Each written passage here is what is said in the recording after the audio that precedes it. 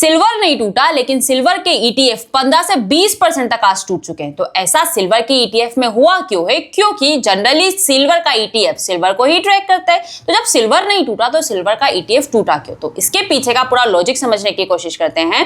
आपको मालूम होगा सिल्वर में दो तरीके से इन्वेस्ट कर सकते हैं। फिजिकल सिल्वर में इन्वेस्ट करना, कमोडिटी में, वो डिफरेंट है। मैं अभी एएमसी की बात कर रही हूं।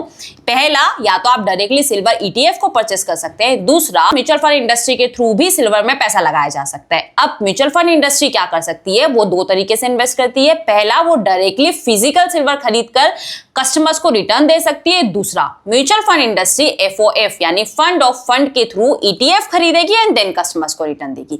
तो mutual fund industry directly physical silver बहुत कम खरीदती है। मोस्टली उनके एफओएफ है जो अभी टेम्पररी 8 एएमसी ने होल्ड किया है, यानी कि एफओएफ के थ्रू जो लमसम और स्विच इन का पैसा है उसको होल्ड कर दिया। अब समझिए डायरेक्टली सिल्वर ईटीएफ में जो पैसा आ रहा है वो डेली बेसिस पे चेंज होता रहता है, लेकिन फिलहाल राउंड फिगर 18,000 करोड़ के आसपास है।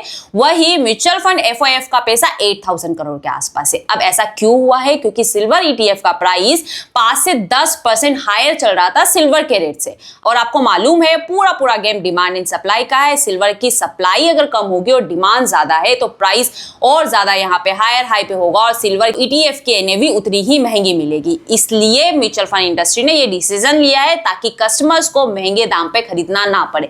तो फिलहाल ऑलमोस्ट ये क्रैश से मार्केट का सिल्वर का प्राइस और ईटीएफ का प्राइस ऑलमोस्ट बैलेंस होता हुआ दिखाई दे रहा है। फिर अगेन हमको एक डीप मिलेगा और अगेन हमको यहाँ पे अपॉर्चुनिटीज मिल सकती है। तो फिलहाल ये पूरी कहानी रही। ऐसी ही इंफॉर्मेशन के लिए मेरे पेज को फॉलो करें।